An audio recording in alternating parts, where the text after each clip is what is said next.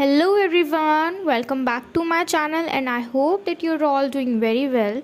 So today in this video we are gonna discuss a short story written by Roger Mice, that is Blackout. So the first and most important thing that we should know that what is the meaning of blackout.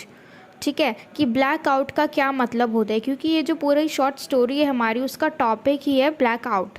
तो black out का क्या मतलब होता है, let's see the definition.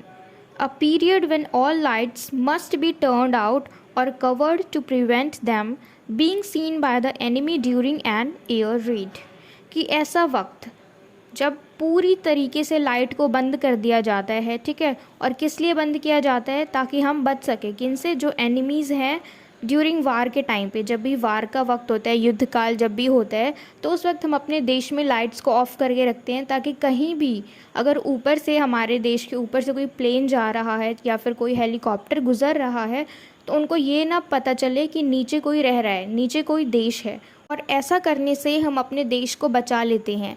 जो भी हमारे enemies होते हैं वो हमारे देश पे बमबारी करते हैं, बॉम्ब फेंकते हैं, ठीक है। तो अगर हम ब्लैक आउट कर देते हैं पूरी कंट्री में तो उनको पता नहीं लगता कि इस कंट्री में कोई रह रहा है, ठीक है। तो ये जो कहानी है इसमें भी ब्लैकआउट किया गया है, यानी हर तरफ से लाइट को बंद कर दिया गया, हर तरफ अंधेरा है। बेसिकली ब्लैकआउट कर देने से जो हमारे दुश्मन देश हैं वो हमारे ऊपर अटैक नहीं करते। क्यों? क्योंकि उनको हम झांसे में डाल देते हैं। हम नीचे नीचे तो रहते हैं, ठीक है, अंधेरे में, लेकिन उनको नहीं पता लगता। वो लोग आते हैं जाते हैं, प्लेन से चेक करते हैं, पर नीचे अंधेरा होने के कारण हमारा देश जो है वो बचा रहता है। तो जैसे कि हम इस नाम से पता लगा सकते हैं, यानी ब्लैकआउट, कि इस कहानी में भी कुछ ऐसा ही किया गया है। और क्यों किया गया है? क्योंकि यहाँ भी हम युद्ध को देख रहे हैं, ठीक है। यहाँ पे भी युद्ध का माहौल पूरे में छाया हुआ है, इसलिए यहाँ पे ब्लैकआउट किया गया है। तो इस कहानी को, इस शॉर्ट स्टोरी को आगे बढ़ने से पहले हम हमारे राइटर को जान लेते हैं, जो कि हैं रोजर माइस, ठीक है। Roger mice was a जमाइकन journalist, novelist, poet and play right. तो रोजर माइस क्या थे? एक जमाइकन जर्नलिस्ट, क्योंकि वो जमाइका के रहने वाले थे इसलिए जमाइकन जर्नलिस्ट, नॉवेलिस्ट यानी वो नॉवल भी लिखते थे, जर्नलिस्ट भी थे, एंड पोएट यानी वो कविताएं भी लिखते थे, पोएम्स भी लिखते थे, एंड प्ले राइट यानी वो डायलॉग्स या फिर स्क्रिप्ट्स वगैरह लिखते थे मूवीज़ के लिए या फिर ड्रामा के लिए, ठीक है। He was born to a middle class family in Kingston, Jamaica. और इनका जन्म एक मिडिल क्लास फैमिली में हुआ था किंगस्टन में, ठीक है, जमाइका के किंगस्टन में। ये जमाइका जो है ये वेस्ट इंडीज़ का एक कंट्री है, ठीक है, और यहीं के हमारे राइटर है रोजर माइस। तो बेसिकली ये जो शॉर्ट स्टोरी है हमारी ब्लैकआउट, इसकी सेटिंग रखी गई है जमाइका में, और जो हमारे राइटर हैं वो भी जमाइकन ही हैं, ठीक है। और ये जो पूरी शॉर्ट स्टोरी है वो किस बारे में है?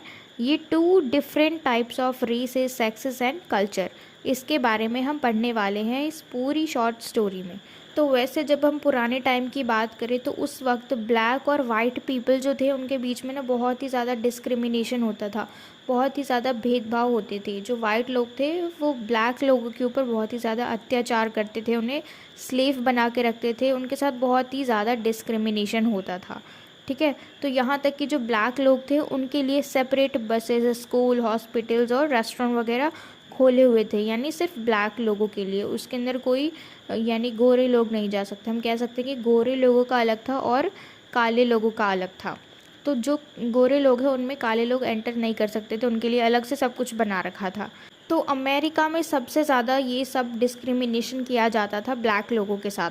और उसी वक्त अगर हम वेस्ट इंडीज़ कंट्री में जाए तो वहाँ पे सबको इक्वल ट्रीटमेंट मिलती थी, ठीक है। जो ब्लैक पीपल है वो भी, जो वाइट पीपल है वो भी, उनके साथ ज़रा सा भी भेदभाव नहीं किया जाता था, ठीक है। और वहाँ पे अफ्रीका के लोग ज़्यादा पाए जाते थे, ठीक है। और इसी तरीके से हम देखें तो देखा जाए तो अमेरिका में भी अफ्रीका के बहुत ज़्यादा लोग हैं जिनको हम कहते हैं निग्रोज़।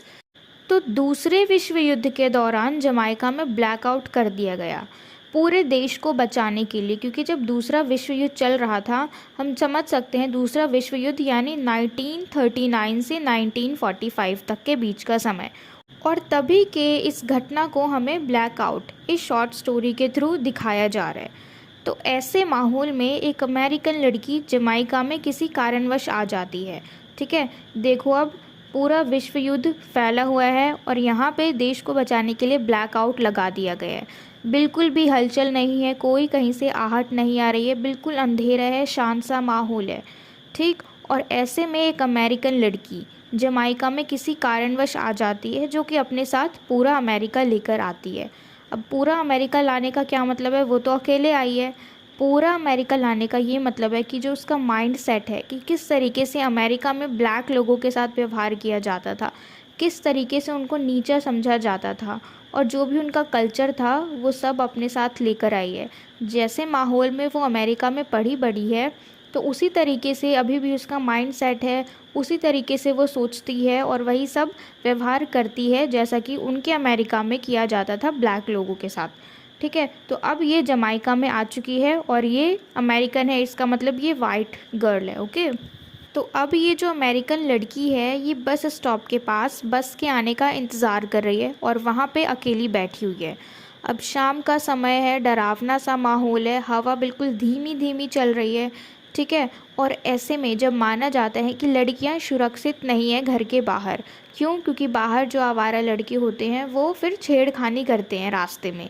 तो ऐसे माहौल में वो अमेरिकन लड़की अंधेरे में, शाम का समय है, अकेले बैठी हुई है बस स्टॉप के पास और वहाँ पे बस के आने का इंतज़ार कर रही है। और जब तक बस ना आए तब तक वो अपनी बुक को पढ़ रही है और बुक पढ़ते के साथ साथ वो तिरछी नज़र से इधर उधर देख रही है। तो ऐसे ही देखते देखते उसकी नज़र दूर आ रहे एक अफ्रीकन लड़के के ऊपर पड़ती है। अब वो है अमेरिकन और उसकी नज़र कहाँ पड़ी? एक अफ्रीकन लड़के पे, यानी एक ब्लैक बॉय पे। ठीक है, वो काला है। अब वो बहुत ही ज़्यादा लंबा है और वो चल के आ रहा है धीरे धीरे।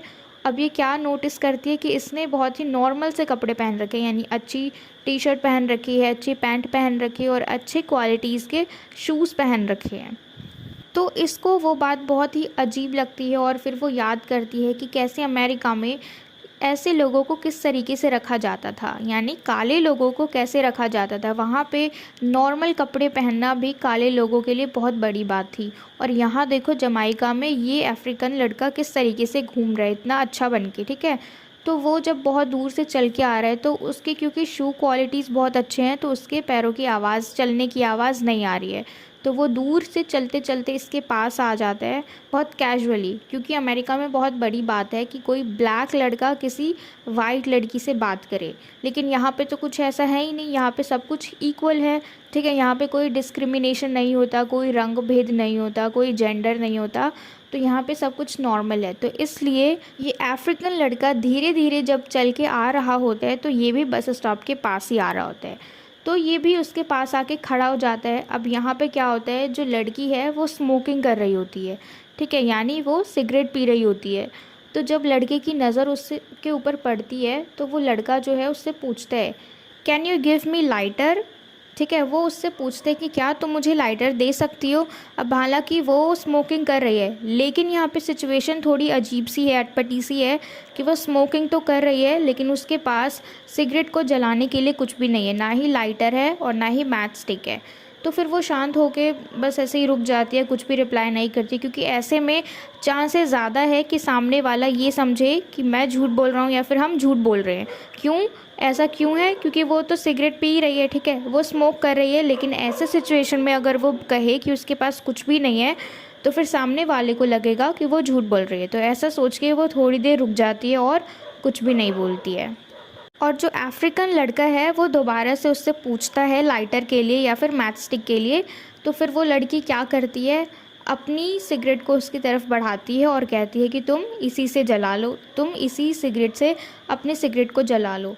और जो लड़के की सिगरेट होती है वो पहले से आधी जली हुई होती है, यानी उसने उसी सिगरेट को पहले भी पिया, फिर वो बुझ गई तो उसने रख लिया होगा और फिर उसी सिगरेट को दोबारा से जला रहा है। ठीक है, तो अब ऐसा करते वक्त लड़के को लगा कि क्या ये मुझे अपने सिगरेट से ही बोल रही है जलाने के लिए। तो फिर वो लड़का थोड़ा सा आगे आता है, यानी उसके पास आता है थोड़ा सा। अब क्योंकि ये लंबा भी है तो थोड़ा सा झुक भी जाता है उसके पास आने के लिए, क्योंकि इसको क्या करना है, सिगरेट को जलाना है। तो यहाँ पे इनकी नज़दीकियाँ थोड़ी सी बढ़ जाती है और इसमें ये दिखाया गया है कि यहाँ पे थोड़ा सा रोमांटिक सा सीन होने वाला है। लेकिन फिर वो लड़का अपनी सिगरेट को जला के फिर वापस पीछे अपनी जगह पे आके खड़ा हो जाता है। तो फिर जैसे ही वो एक बार स्मोक करके रिलीफ़ करता है, यानी सुकून सा उसको जब लगता है, और फिर वो धुएं को आसमान में छोड़ता है और फिर उस लड़की की तरफ देखता है तो वो लड़की बिना सोचे समझे अपने सिगरेट को नीचे फेंक देती है। तो उस लड़के को ये चीज़ बहुत ही अजीब लगती है, लेकिन वो लड़की ने ऐसा क्यों किया, बिना सोचे समझे अपने सिगरेट को क्यों फेंक दिया, ये सवाल उस लड़के के दिमाग में आता है। और फिर वो लड़का उस लड़की से पूछता है कि तुमने ऐसा क्यों किया, तुम तो अभी इतना एंजॉय कर रही थी, इतने अच्छे से स्मोक कर रही थी, एंजॉय कर रही थी, तो तुमने ऐसा क्यों किया। अब उस लड़की ने ऐसा क्यों किया ये किसको पता है, ये हमें पता है कि उसने ऐसा क्यों किया। क्यों? क्योंकि वो अमेरिका में पली बड़ी है, उसके जो भी माइंड सेट हैं, जो भी कल्चर है, अब अमेरिका में दोनों को बहुत ही अलग माना जाता है। ब्लैक पीपल वाइट पीपल में बहुत ही ज़्यादा फ़र्क होता है, दोनों को वो लोग बराबर नहीं रखते, ठीक है। तो वो समझती है, उस लड़की ने क्या समझा कि ये मेरे लायक नहीं है, ये मेरे बराबर नहीं है, तो इसलिए उसने बिल्कुल नीचे टॉस कर दिया, ठीक है, यानी नीचे अपना सिगरेट फेंक दिया बिना सोचे समझे। और यहाँ पे जब उस लड़के ने इससे सवाल किया कि तुमने क्यों फेंक दिया, तुम तो अभी एंजॉय कर रही थी स्मोकिंग करना, तो यहाँ पे वो लड़की बिल्कुल चुप रहती है, अपनी डिग्निटी को बनाए रखती है और कुछ जवाब नहीं देती है। हालांकि उसको ये सब करने का अधिकार भी है, क्योंकि अमेरिका में यही होता है ना, और ये वहीं की रहने वाली है, तो इसका जो बिहेवियर भी होगा वो बिल्कुल वहीं के जैसा होगा। तो इसको पूरा अधिकार है कि ये चुप रहे, ये कुछ ना बोले, है ना। अब यहाँ पे इसने क्यों अपना सिगरेट फेंक दिया, क्यों? क्योंकि इसको अंदर से लगा कि कोई कहीं ना कहीं यहाँ पे छुआछूत हो गया। क्यों? क्योंकि ये लोग अपने से नीचा मानते हैं ब्लैक लोगों को, और यहाँ पे उस ब्लैक लोग ने ही, उस ब्लैक लड़के ने ही इसके सिगरेट से अपने सिगरेट को जलाया, यानी इसका सिगरेट जो है अब छुआछूत हो गया, इसलिए इसने अपने सिगरेट को नीचे फेंक दिया।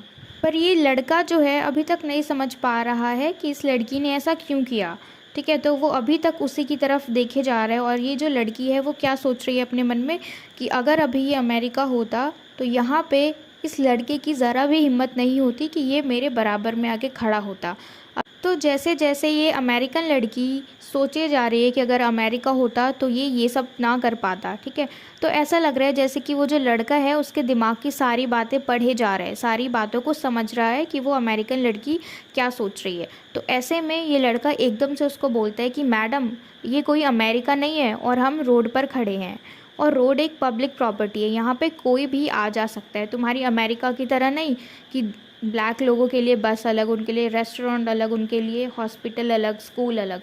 ये जमाइका है और यहाँ पे सब कुछ बराबर है, तुम्हारे अमेरिका जैसा कुछ नहीं है। फिर से वो लड़की सोचती है कि अगर ये अमेरिका में होता ना अभी, तो इसके साथ लिंच कर दिया जाता।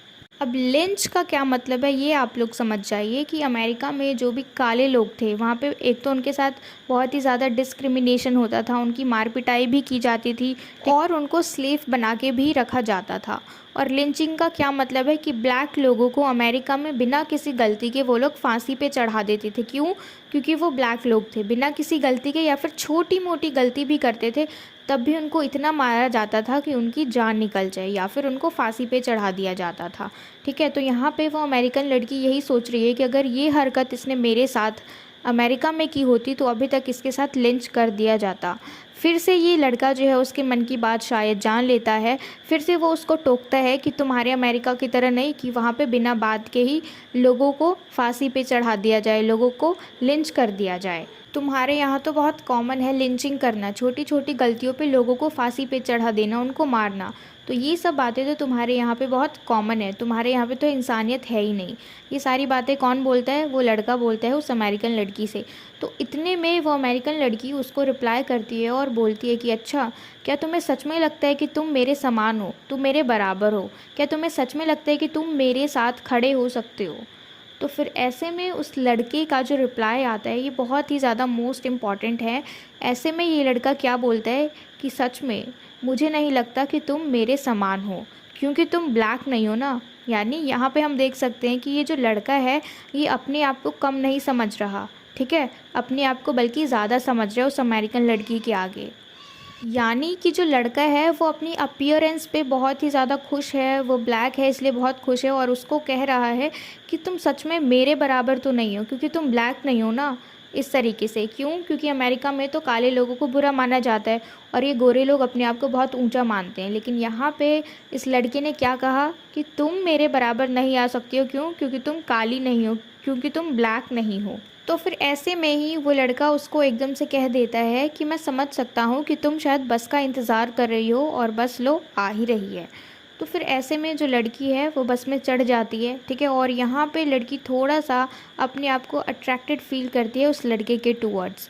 और ऐसा किस लिए? उसकी अपीयरेंस के लिए नहीं, बल्कि उसके कॉन्फिडेंस के लिए। जिस तरीके से उसने अपनी सारी बातें रखी, इसलिए उस लड़की को थोड़ा सा अट्रैक्शन फील हुआ उस लड़के की तरफ। क्योंकि अमेरिका में कभी भी कोई भी ब्लैक बॉय इतनी हिम्मत नहीं करता ये सब बोलने की। जो बस में पैसेंजर बैठे हैं, अगर उनको पता लग गया कि एक अमेरिकन लड़की, एक गोरी लड़की एक अफ्रीकन लड़के को पीछे पलट के देख रही है, तो वो क्या सोचेंगे। तो इसलिए वो पीछे मुड़ के नहीं देखती है। लेकिन जैसे ही बस शुरू होती है तो वो अपने आप को रोक नहीं पाती और तिरछी निगाह से उसको देख ही लेती है, ठीक है। उस अफ्रीकन लड़के को उसको देख ही लेती है जैसे ही बस शुरू होती है। और क्या देखती है कि वो अफ्रीकन लड़का उसके फेंके हुए सिगरेट को उठा रहा है। और इतने में ही उसकी बस चलती है और वो आगे बढ़ जाती है। और ये जो हमारी कहानी है ब्लैक आउट शॉर्ट स्टोरी जो है यहाँ पे ख़त्म हो जाती है। और ख़त्म होने के साथ साथ हमारे लिए कुछ सवाल छोड़ के जाती है कि क्या जो हमारा मानसिक स्तर है, क्या इसमें भी कोई डिस्क्रिमिनेशन है, किसी प्रकार का डिस्क्रिमिनेशन है? क्या हम भी स्त्री पुरुष करते हैं, हम भी काला गोरा करते हैं, या फिर हम भी हिंदू मुस्लिम करते हैं? और अगर है तो हमें इससे निकलना है, हमें इससे बाहर निकलना है, इन सारी चीज़ों को पीछे छोड़ देना है, ठीक है। अगर कोई दो चीज़ है जिसको हम अलग अलग मानते हैं तो वो सिर्फ यही दो हैं, स्त्री और पुरुष, ठीक है। हम इसमें भी जेंडर डिस्क्रिमिनेशन नहीं करेंगे कि तुम लड़का हो या फिर तुम लड़की हो। जो दो अलग चीज़ें हैं वो सिर्फ यही हैं कि एक स्त्री और एक पुरुष, बस। और इससे ज़्यादा कुछ भी नहीं। तो आज की इस वीडियो में सिर्फ इतना ही। और मुझे उम्मीद है कि आपको ये वीडियो अच्छे से क्लियर हो गई हो, ये पूरी कहानी अच्छे से समझ में आई हो। And if so then please let me know in the comment box if you like this video, if you understood this video, and share it with your friends as well so that they can get help from it. And yes, don't forget to subscribe my channel. Until we meet in the next video, keep learning.